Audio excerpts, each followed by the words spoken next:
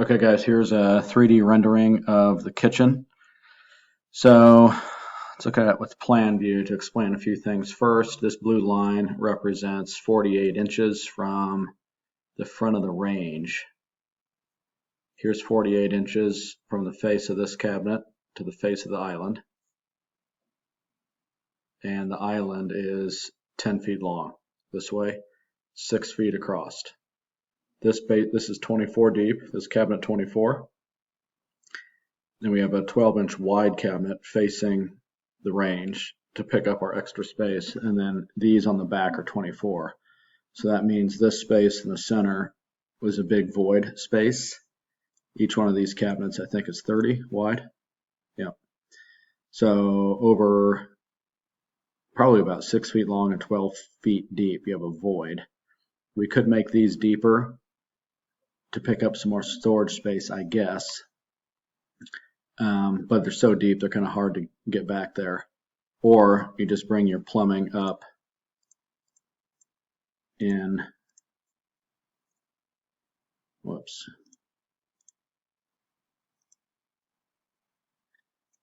bring your plumbing up in this section here, and then angle it 90-degree over into the back of the sink cabinet. Not too critical, but just thinking out loud. So back to the 3D rendering, 10 feet, 6 feet. Microwave here, drawer underneath,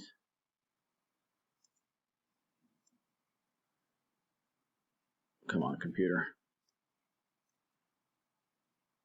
A little tough to get the I mean, we could, I guess, put the microwave right here. Let's look at it this way. The face of the island. Well, that microwave cabinet's on a different wall, so it's not showing this cabinet. Let's try this.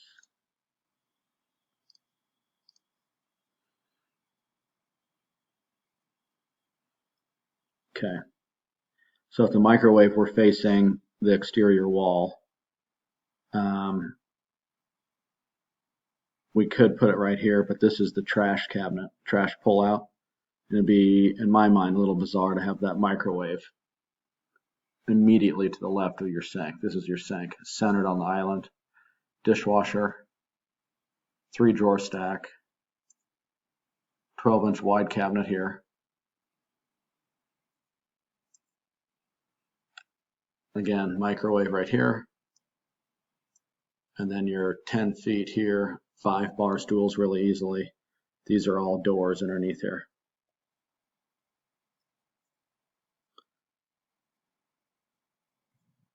Let's put this wall back.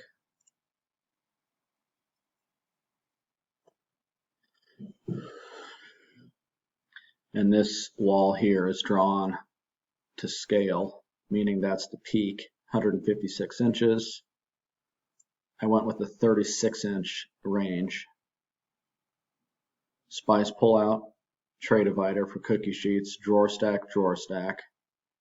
So if this is 36, your hood would be about 42. And mind you, this is nothing like the hood you want. I just dropped a cabinet in there. I don't know what you want to do yet. Fridge cabinet. The bottom of this for a standard slide-in fridge. So this wall could come out deeper. I do these fridge legs at 26 1/4 typically. So I would make this wall at a minimum 30 inches deep, so the crown molding would die into the side. Obviously this cabinet's L shape as shown, so these two doors are bound together. When you open them, they both open. Blind corner unit, it hinged right here. Drawer stack, standard cabinet, drawer stack, wine fridge, drawer stack. Glass cabinet here. And then if you did this panel here, this is, I think, 3 feet, about 3 feet tall, 5 feet wide. So from this corner to the right side of these cabinets to the wall is 196 inches. I know you've got the room, I just don't know how far you want to extend over. So from here over 196, this thing's 5 feet wide. I couldn't get the wine bottle to rotate. And then I've got a foot between the two. This is glass.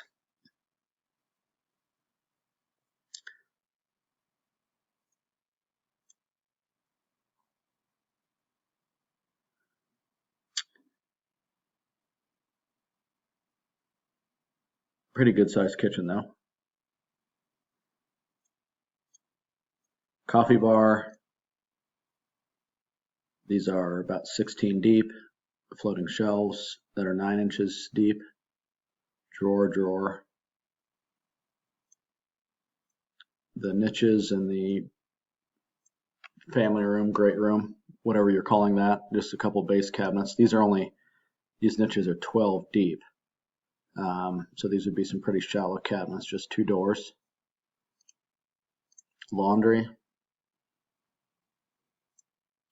Washer and dryer, each 27 inches wide and about 2 inches in between. 36-inch sink. Uppers that are 12 deep.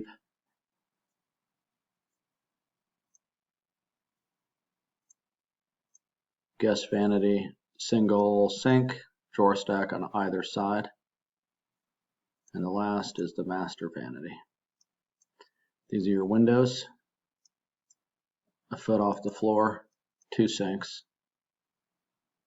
About a foot wide drawer stack on each side. Yep, 12 inches wide.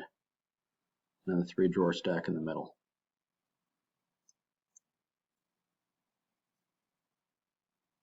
All right. Let me know what you guys think. Thanks.